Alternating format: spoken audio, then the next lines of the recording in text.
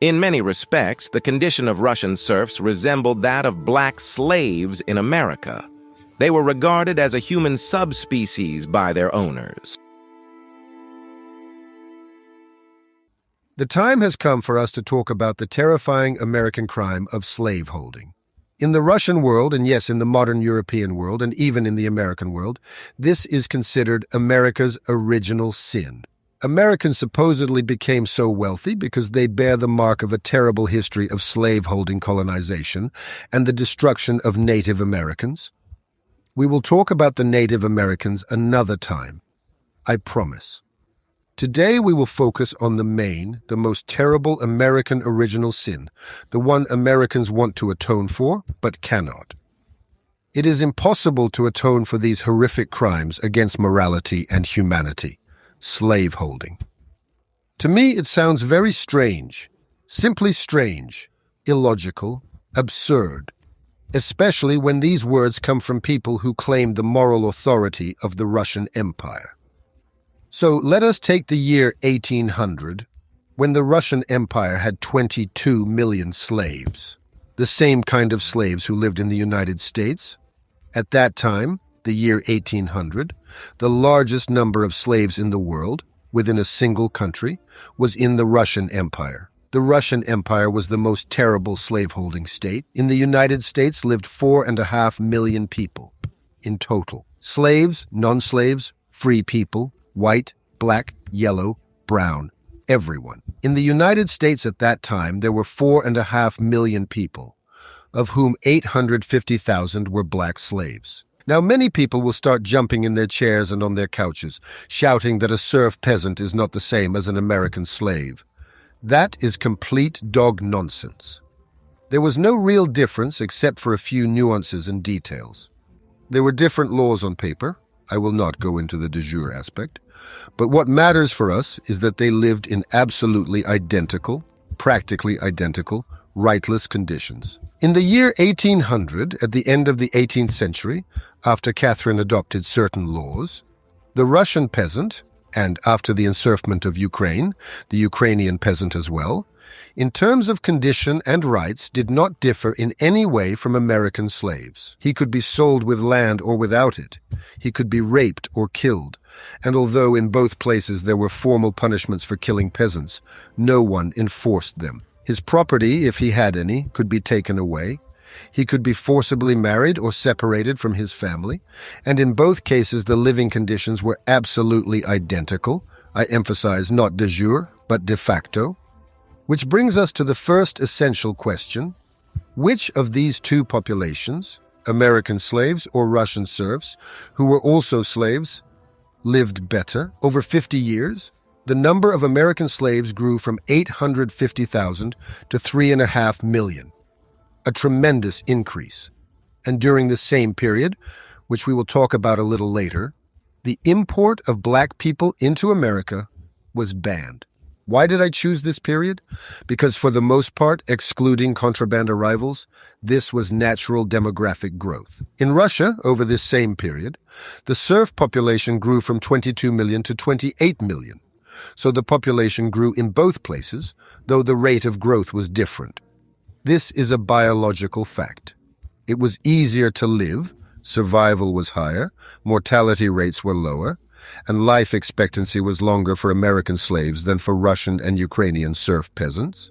I often hear here in the West, and in Russia as well, that no, it is not the same, because serfs in English, could not be sold without land.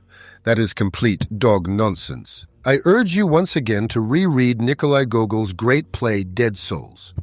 The very idea of this play was given to Gogol by Pushkin, at least that is what is believed, and the events in this play take place in the late 1820s and early 1830s, precisely during the period we are examining. So there is not the slightest doubt that this man could buy serfs individually, retail, without land. He bought them up.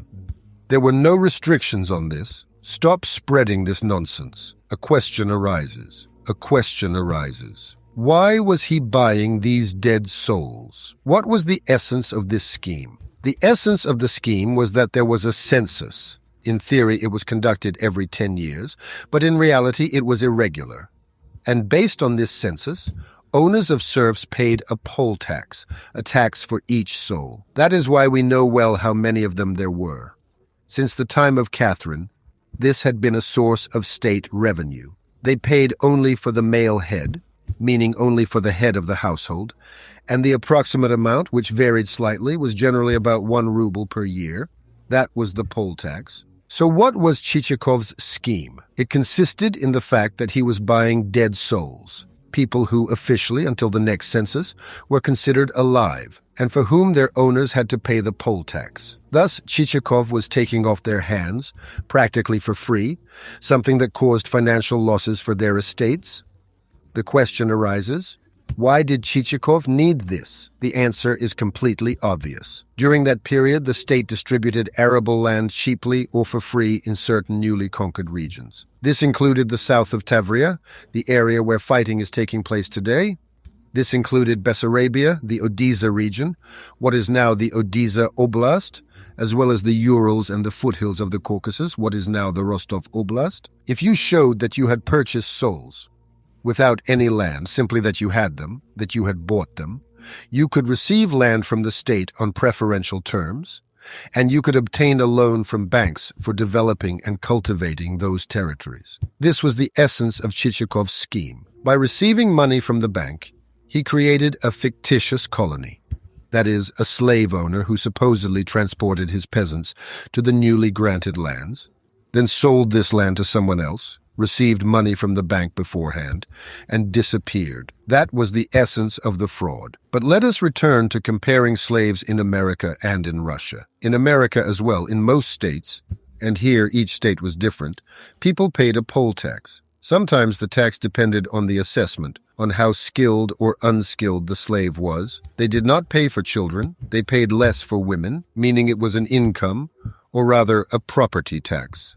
It was property, therefore it was assessed. This system was complicated, which is why in many states there was a poll tax that amounted, you will laugh, to $1 But it was paid for children, for men, for women, for the elderly, and for the sick. A question arises, who paid more? The exchange rate of the dollar to the ruble at that time was 1 to 2.5. So a Russian landowner paid 40 cents for a male head, while an American landowner, a slaveholder, a planter, paid for each head. In those states where there was a poll tax, approximately 2.5 Russian rubles for each one, that is, for a family of 5 to 7 people he paid. Well, you can calculate it yourself. Accordingly, the American slaveholder paid far more in taxes for his Christians, or slaves, call them what you like, than the Russian slaveholder did. Why am I presenting these numbers? I hope I have not tired you. You understand my logic. That the labor of American slaves was far more efficient in terms of the amount of property they produced than the labor of Russian peasants. Yes, all economic data show that American slaves worked more efficiently and created more property, which allowed the owners of these means of production, if one can speak of people this way, to pay more taxes from it. This does not mean that they worked longer hours. It means that their output, their production efficiency, was higher. They sold more profitable materials, cotton, tobacco, and so on, were treated better, and were given better production conditions. Before I continue my historical excursus, I want to talk about the relativity of moral judgment. This is a philosophical concept, and I will illustrate it with a simple example. Today I am not commenting and not giving my own evaluation. Abortions are considered legal and moral. These are the moral norms. That is, none of the women who had an abortion, and in essence killed her own child, bears any moral guilt, because the principle, my body, my choice, exists. From the point of view of many people, especially religious ones, this is the same kind of murder as the killing of a child who has already passed through the birth canal. And from the standpoint of the religious, again, I do not want to enter a debate about abortions right now, I am simply demonstrating the relativity of moral judgment. Women abort their children without the slightest doubt that this is moral and necessary, because it is advantageous for them. It is more advantageous for them to get rid of the child if she was flying, and ended up pregnant, even despite the availability of all contraceptive means today, than to later ruin her life and bear the consequences of this poorly thought-out step. She got pregnant, and she needs to get rid of the pregnancy. This is considered absolutely moral today, and I am not going to shame anyone or hand out responsibility. And now let us scroll forward about 200 years, and I assure you that our descendants will look with horror at the customs of our current era, where the killing of a child in the mother's womb was considered first legal and second not immoral. For them, this will be a completely strange and inexplicable puzzle of human behavior in our time, something they will not be able to understand. The relativity of morality will change. In exactly the same way, in the year 1800, no one, before morality changed, ever questioned these norms. We will talk a little later about where and how morality changed. This is the main point of this video. Who changed morality and where it happened. So before morality changed, slavery was legal, moral, and natural everywhere in the world. The largest slave-owning country was Russia, but not the only one. In Africa, there were about 40 million slaves within the continent itself. A significant part of the African population in some regions, or territories, since there were no countries at the time, reached up to 90%, in some places up to 30%, and on average around 50% were enslaved. In Africa, there was a transition from a primitive communal system, the digging stick economy, to a slave-owning system, and this transition was absolutely not connected to the slave trade outside the continent. Africa was a land that produced slaves. In addition to that, there were slaves in Latin America, slaves in India, slaves throughout the entire Arab Muslim world, and, as we have just established, slaves in Russia. Slavery was everywhere, and it was neither immoral nor reprehensible. We cannot judge the behavior of people of that period using modern moral principles. The behavior of people must be evaluated using the moral principles of that era, and only that era. From moral principles, let us move to something easier to grasp. Numbers. Numbers do not lie, although in this situation many numbers are approximate, expert estimates, meaning they have not been fully confirmed. I will point out where we have a clearly documented figure and where we have an expert estimate. So the expert estimate is that throughout the entire history of the Atlantic slave trade, 12 million slaves were taken from Africa to the Americas. The figure may be as low as 10 million or as high as 15 million, but the commonly accepted number is 12.8 million. Of these, the United States, meaning what later became the United States, which at that time were British colonies, received, according to various estimates, the lowest documented number of 265,000. This is the number that passed through customs, for which tax was paid. In addition, there was smuggling. There were also people who died during transportation. I believe that the number of black slaves taken from Zanzibar, Madagascar, and various other West and East African lands amounted to roughly 400,000. Over what period? Over the period from 1608 to 1810. And what happened in 1810, or rather in 1808? In America, they banned, something we will discuss a bit later, the import of slaves, meaning the import of enslaved people. In America, these terrible, horrible American slaveholders were the ones who began fighting against slavery. They began this fight at the very moment in history when Catherine II had just bound Russian peasants to the land. Thus, Russian peasants and newly conquered Ukrainian peasants became fully serfs, while American peasants, no, not peasants, but slaves, forgive me, began to receive certain rights. And everything begins with the ban on importing Africans, meaning African Americans, into America. So the entire trade from 1619, the first delivery of slaves to the colonies, until 1808. Let us say at most 400,000, although the real figure is lower, out of the 12 million who crossed the Atlantic. Is that all? No, ladies and gentlemen, that is far from all.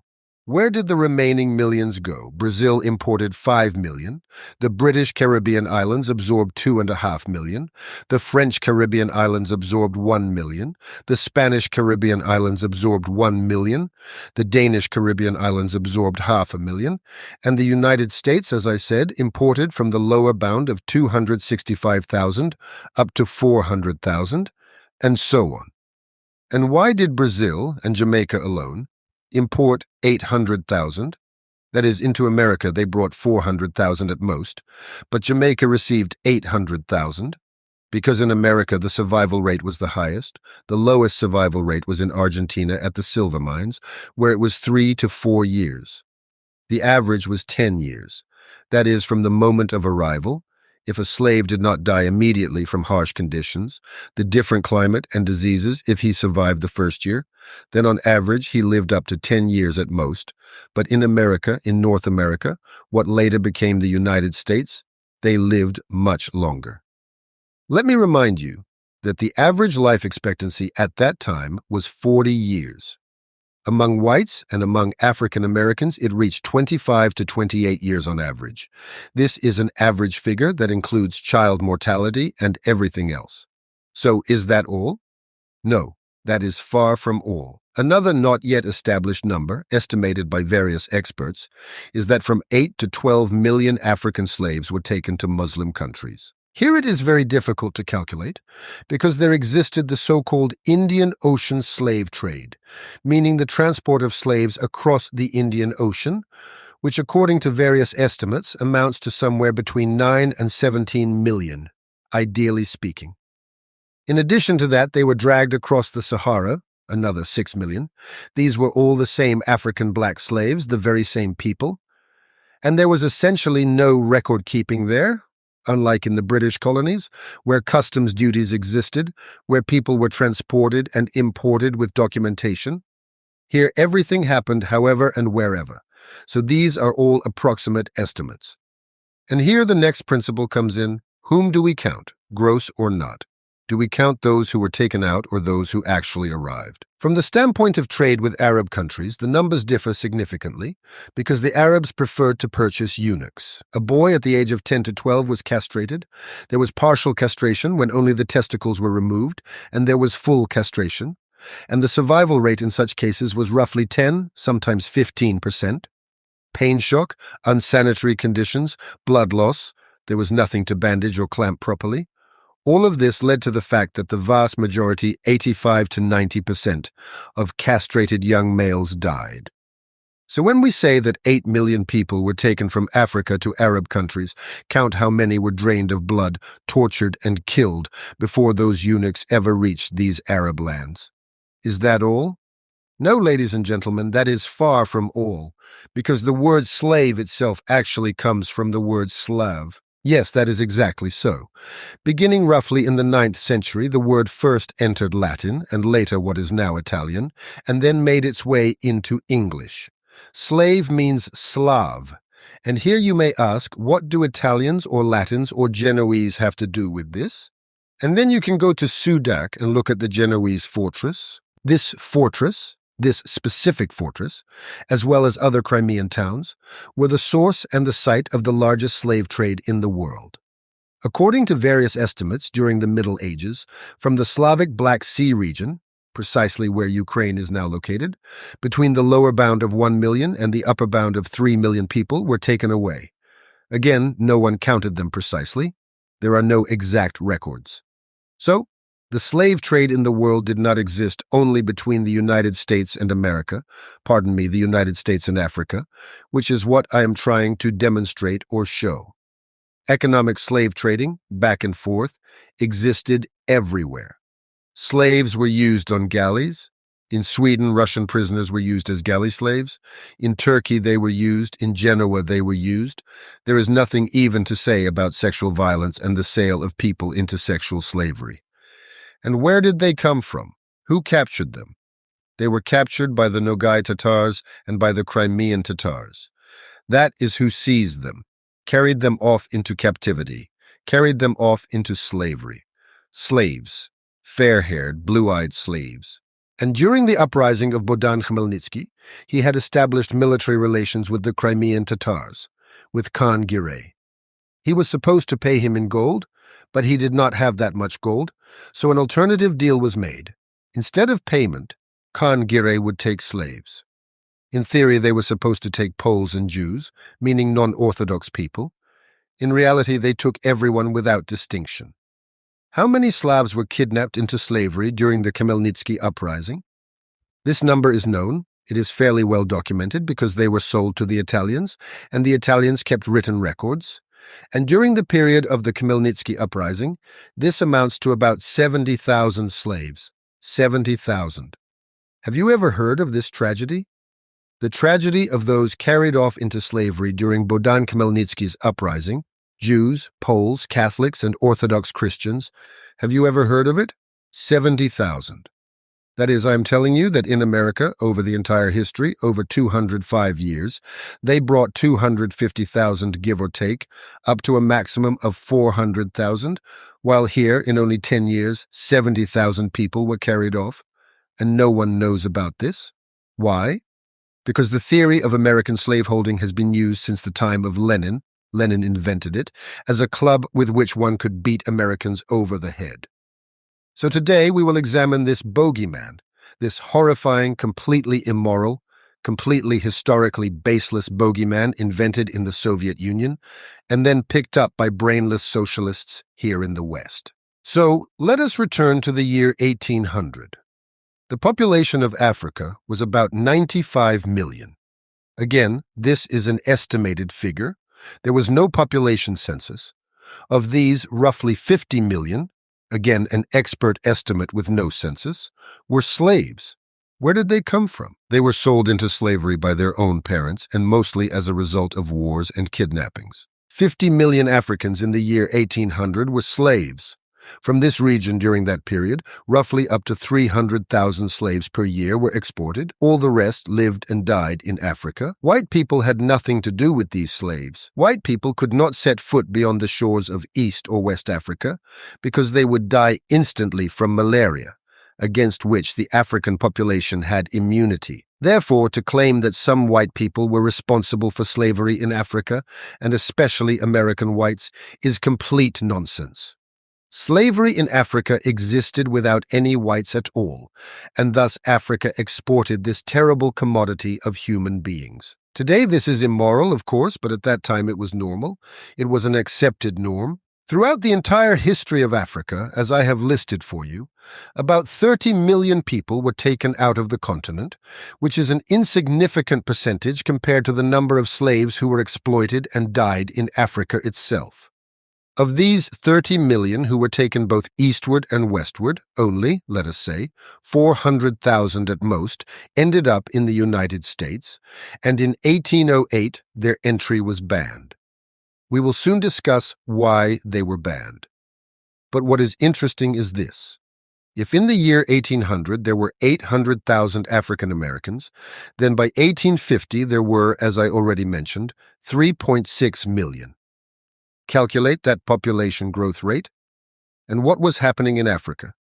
If in 1800 the population was 95 million, again an estimate, then in 1850 the population was 100 million, or the same 95 million. In other words, population growth was either zero or only slightly positive, certainly not comparable to the population growth of black slaves in America who had been taken from Africa. This indicates that despite the deprivation of rights and despite slavery, living conditions, that is, survival rates of the population in North America, were the best. They were better than in South America, better than in the Caribbean, better than in Russia. They were absolutely, unquestionably better, the survival and living conditions of North American slaves, than in Africa itself. That is, if you lived as a slave in Africa, you were unlucky. You were born a slave, sold into slavery, captured. If you were a slave in Africa, you should have prayed to God to end up in that supposedly terrible North America. For you, that was where the best conditions existed. Let me say it again, so that what I am saying is fully understood. If at the beginning of the 19th century you were unfortunate enough to be born a slave or to be captured, then the best place you could possibly end up, if you hypothetically had any choice at all, was North America. Why do I claim this? Because the population growth, these are recorded figures, was the highest there. I'm not saying this was done out of humanitarian motives. It was done, of course, for financial reasons. But nevertheless, population growth shows everything. It shows how people were fed, how they were treated medically, how they were kept alive, how they were handled, and this created such unprecedented population growth. Why do I claim that this is a cynical, immoral, and brazen scarecrow, using slavery as a club to beat Americans over the head? Because the very idea that slavery is immoral and criminal originated with Americans. Americans are the society, together with the British, that gave the world the idea of the immorality of slavery. Among all the slaveholding societies of that period, Americans were the most moral, and they were the ones who introduced these moral norms.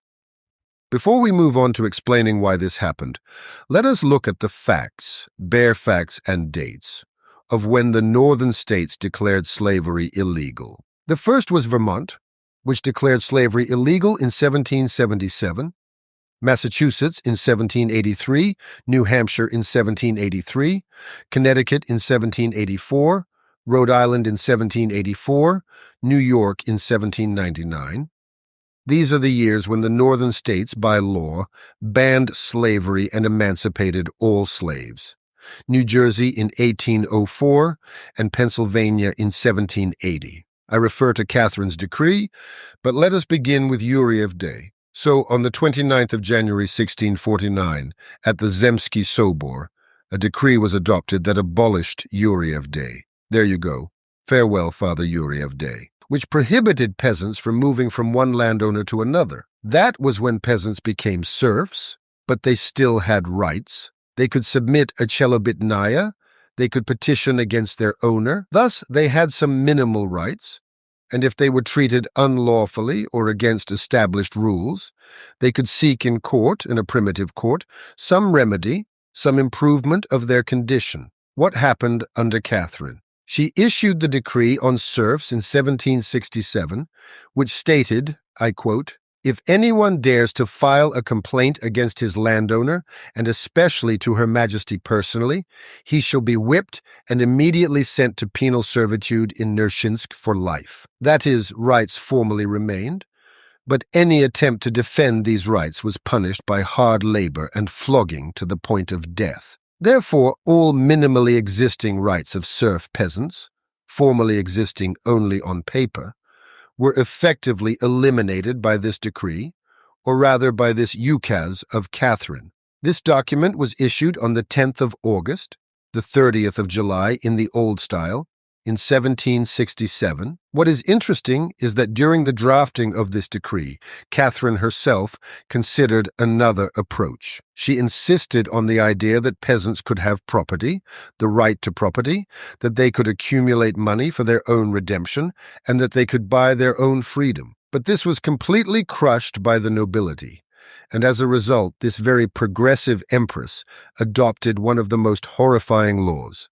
In effect, not just in effect, but very literally, equating the position of serfs to the position of slaves. That is, some formal rights existed, but complaining was forbidden. And while all of this was taking place in Russia, and this joy reached Ukraine a bit later, in the 1780s, at that same time in America, people were already freeing slaves or improving their conditions and expanding their rights. And in the northern states, slavery was simply being abolished. The question arises, why? The answer is not only well known, it is perfectly documented, because in America the level of literacy was very high. These are practically historical documents, not analysis, but record. In America, at the beginning of the 18th century, in its first third, a process began that in English is called the Great Awakening. Awakening, the same root as wokeness, the Great Awakening. The Great Awakening was a reform movement, a Protestant reformist movement, that changed certain doctrines, norms, and attitudes toward religion and the church. And at its foundation lay key concepts that were primarily held by Protestants of the northern states. The northern states were permeated with philosophical, ethical, and religious ideas that became the catalyst for the ethical environment in which slavery is now considered illegal. Without these American ideas, slavery would still exist in the world today. That is, when you insult Americans for having been slaveholders, which is true, you must also add that this is the very nation which, by virtue of its moral and ethical principles, forced the entire world, with the help of the British, to get rid of slavery. What did these great awakening Americans believe in? They believed that all people are equal before God. The Quakers, or Quakers, in another spelling, were especially zealous in this. They believed in a certain inner light, a divine presence within every human being. And this is the idea that in every human being there is a spark of God. That is, you are not a slave of God. You are equal before God, and God has placed a certain divine light within you. And therefore, the enslavement of any person is a violation of God's will. In each of us, there is an inner light, that very spark of God. And if someone is a slave, then that person has no right to make decisions. But we are godlike. We are humans, unlike animals. And this right is given to us by God. And we cannot deny this right to anyone, not to slaves, not to anyone. This theory was especially widespread among Methodists and Baptists, and it was the central reason for the conviction that slaves must be freed. We sin, that is, we take sin upon ourselves, not even when we personally own slaves, but when we live in a world or in a society where slavery exists. In the same way that they fought, and still fight, against abortions, for them it is a religious impulse. They are saving innocent souls. And in exactly the same way, by the same principles, they fought for what at that time seemed like an absolutely absurd idea, that slaves must be free. They argued that slavery is a sin that threatens the soul. They believed that slavery corrupts a person because a person does not do his own essential tasks, but instead relies on or exploits a slave. They argued that slavery cultivates greed, hardness, cruelty, and pride, and distances a person from God. They called slavery the kidnapping of human beings, a concept they borrowed from the Bible. I will not quote it here, but all of this was part of a deeply religious belief. Next, they believed that slavery fundamentally violates the Golden Rule. Treat others as you wish to be treated. This is a foundational Christian principle, and they often used it in sermons when speaking about the illegality of slavery. And further, they reasoned that God's punishment awaited them, because they carry upon themselves a national sin. I understand that all of this is difficult for people raised in the post-Soviet world to absorb, but it was precisely these religious and philosophical reflections that led to the creation, in every northern state, where Quakers, evangelicals, Protestants, and other sects of Christian Protestantism flourished, of abolitionist societies whose mission in life was to fight slavery. Americans are a highly moral society that should be revered and recognized as the saviors of the world from slavery, not as its principal slaveholders. So already at the beginning of the 19th century in America, there existed a formed consensus that slavery was immoral and must be abolished. The question was, what to do with the slaves, the former slaves. Thus, Thomas Jefferson wrote in his autobiography in 1821, and I quote, quotation marks open, "Nothing is more certainly written in the book of fate than that these people are to be free. But it is equally certain that the two races, being equal and free, cannot live in the same government." My commentary here: this is segregation. You separately, we separately. We are equal, we are free, but we live apart. Why so? He continues, deep-rooted prejudices entertained by the whites, 10,000 recollections by the blacks of the injuries they have sustained, new provocations, the real distinctions which nature has made, and many other circumstances will divide us into parties and produce convulsions. Therefore, Jefferson concludes, if emancipation is to occur at all, it must be accompanied by colonization, by the removal of the freed people beyond the reach of mixture or conflict between the two races. These were the philosophical, economic, and political problems that American society was trying to solve, creating countless abolitionist, meaning pro-freedom for black people, societies, organizations, newspapers, and associations. The list is endless, unbelievably huge. Something those sons of bitches in Soviet schools never told us about. 1775, Pennsylvania. The Society for the Relief of Free Negroes Unlawfully Held in Bondage, the First Society. 1787. The Northwest Ordinance prohibits slavery in the Northern Territories. The president of the society is Benjamin Franklin. This happens shortly after the American struggle for independence. 1793. The Fugitive Slave Act, that is, practically 10 years after the formation of America. A law is adopted that will protect escaped slaves who flee to the North. 1808. A federal ban on the importation of slaves. We have already discussed this. 1827. The first black newspaper and the first black university appear in New York. 1829. David Walker publishes his appeal, an appeal to the colored citizens of the world, calling for immediate emancipation. I do not want to tire you with this list of events.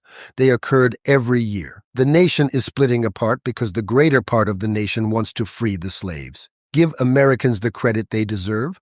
The greater part of the nation is fighting against slavery. The smaller part of the nation, those in the South, 3%, are slaveholders. That is, slaveholders in the southern states made up 3% of the population. And the vast majority cannot understand what to do with the slaves afterward. What is the problem? Most Americans are literate. The slaves are totally illiterate.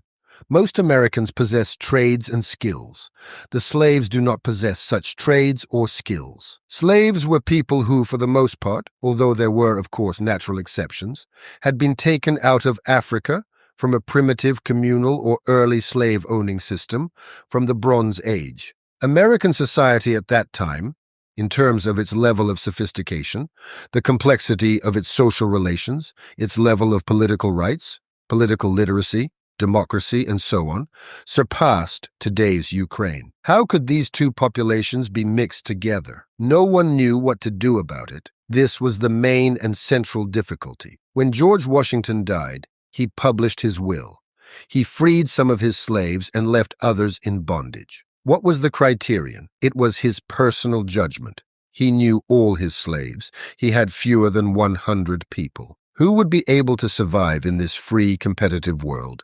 And who would not? So the question arose, where to send them. This gave rise to the unusual idea of founding a state in Africa and returning all of them there. The state is called Liberia, from the word liberty, freedom. The capital of this state is Monrovia, named after President James Monroe, and the idea was to free the slaves and move all of them to this Monrovia. And, by the way, to pay for their relocation, to put an end to slavery by returning African Americans back to Africa, to Monrovia, to Liberia. No more than 13,000 people wanted to go over the course of 40 years of this program's existence. No fools there. It was better to remain in slavery in North America than to be free in African Monrovia, Liberia. None of the African Americans particularly wanted to go back to Africa. They even tried offering additional payment. Still, no one wanted to go. Let me repeat once again. Life expectancy and mortality in North America among slaves was significantly better than among free people in Africa. Abraham Lincoln, in his speech of 1854 on the 16th of October, and I quote, "My first impulse would be to free all the slaves and send them to Liberia, to their own native land, but a moment's reflection shows that this is utterly impossible. If they were all landed there in a single day, they would perish in the next 10 days for want of shelter and subsistence, and there are not money enough in the world to transport them thither. What next? To free them and leave them here as a lower class does not necessarily mean their condition will improve. I would not hold any person in slavery, but the question is not so clear as to be settled so abruptly. What are we to do next? To free them and make them politically and socially our equals? My own feelings will not admit of it, and if they would, we well know that the feelings of the great mass of white people will not." End of quote. So this was the moral dilemma, the question of justice and injustice, that white Americans were trying to resolve, what to do with them afterward. At the same time, the 3% of Southerners who were slaveholders believed that this was their prerogative. This is my property, my body, my choice, say modern women. Back then they said, my slave, my property. You are infringing on property rights. And it is important to understand that these were not the United States of America as we think of them today, but the United States, plural, meaning separate states. And the question was the following. From the point of view of the American Constitution, is the issue of freeing the slaves a federal issue or a state issue? Exactly the same way we now debate. Is the issue of abortions a federal issue or a state issue? If it is a matter of property, then it is the business of each individual state. If it is a matter of human rights, and a slave is a human being, then it is a federal issue. And when the northern states decided that this was a federal issue, and that the federal government had the right to regulate slavery in the South, the southern states seceded. Why did they secede? Because for them, this was a violation of the federal structure. You are interfering with our system. I do not want slavery here in Tennessee, but I will not allow the Yankees, the Northerners, to dictate what happens here. You are violating our federal compact. That is what the Southerners said as they took up arms and formed the Confederate States. The struggle was not only about the freedom of the slaves, it was also about the very meaning of the federal compact. The struggle was also about economics, but the catalyst and the central essence of the conflict, again, I will not deliver a long lecture now about the beginning of the Civil War, was undoubtedly slavery. America could not exist in a binary field where the Northerners considered slavery a mortal sin and were ready to die for the liberation of the slaves, while the Southerners were ready to fight for their right to govern their state confederately. This was the conflict. Nevertheless, slavery continued to exist in Brazil, Portugal, Puerto Rico, Guatemala, and all the Caribbean islands. Slavery existed in the Arab countries. Slavery existed in Africa. Tell me, gentlemen, those who so love to mention that America had slavery, name at least one more country in which there was a civil war of such scale, caused by the moral, ethical stance of society towards slavery. In a country of 40 million, we are speaking of the beginning of the Civil War, about 600,000 people died. The price of the issue, what was the argument about? Can the federal government force the Southerners to free their slaves? The damage done to demography, the damage done to the economy, the damage done to relations between the states was enormous, and as a result, Lincoln won, and he significantly strengthened the powers of the federal government. That is, the centralized federal government we have now, possessing such substantial political authority, is an achievement of the Civil War, which without any doubt began because of slavery. All the other conversations, oh no, it was not so unambiguous, and no, gentlemen, it was exactly that unambiguous. Everything else is a consequence. Yes, there were economic reasons, yes, there were political reasons, but the main and fundamental cause of the American Civil War was the question of whether slavery was moral or immoral. So, I myself, on my mother's side, am a descendant of serfs. I had nothing whatsoever to do with any of this when slave-owning rights existed here. But I want to say that I am endlessly proud of my American people, who took the only correct moral position. They freed the slaves. It was the only correct moral position. And for this, the American people should be honored, not hated, and not vilified. You have everything confused, gentlemen who do not know history. The American people, compared with the Russian people, with any Arab people, with the African peoples, accomplished a moral feat. They waged a terrible bloody war in order to give freedom to the slaves. And when we are told that we must pay reparations, this is complete Soviet nonsense, which unfortunately has reached America. Let us sum up. What the majority of Americans feared at the beginning and in the middle of the previous, already the pre-previous century has come true. Read Thomas Sowell, one of the best economists, black, absolutely black, a remarkable economist, who explains that by the 1920s it was precisely free competition and equal rights that had practically brought the two groups together. Income levels, literacy levels, and skill sets, that is, abilities, among black Americans were already close to those of whites. Yes, certainly there were Jim Crow laws, and there was discrimination in the South that can be discussed separately. But in any case, African Americans were approaching the standard of living of whites. That is, they were integrating into this complex American society. It took several generations before they began to be corrupted by government handouts. After that, and these are not my conclusions, but the conclusions of the greatest economist of the modern era, an African American who grew up in a New York ghetto, Thomas Sowell. It was the socialists who began this dirty propaganda and the fight for the black vote. Beginning in the 1930s, black Americans began voting for the Democrats because the Democrats gained black votes through social handouts. As a result, 80% of African American children are born without a father. These social handouts completely destroyed the African American future. The problem of American crime, of African American poverty, the problem of drug addiction, all the problems that surround us, are not a consequence of slavery. This could be a separate video altogether. They are a consequence of the social reforms adopted in the 1930s by the racist Roosevelt, and those adopted in the 1960s by the great racist L.B. Johnson.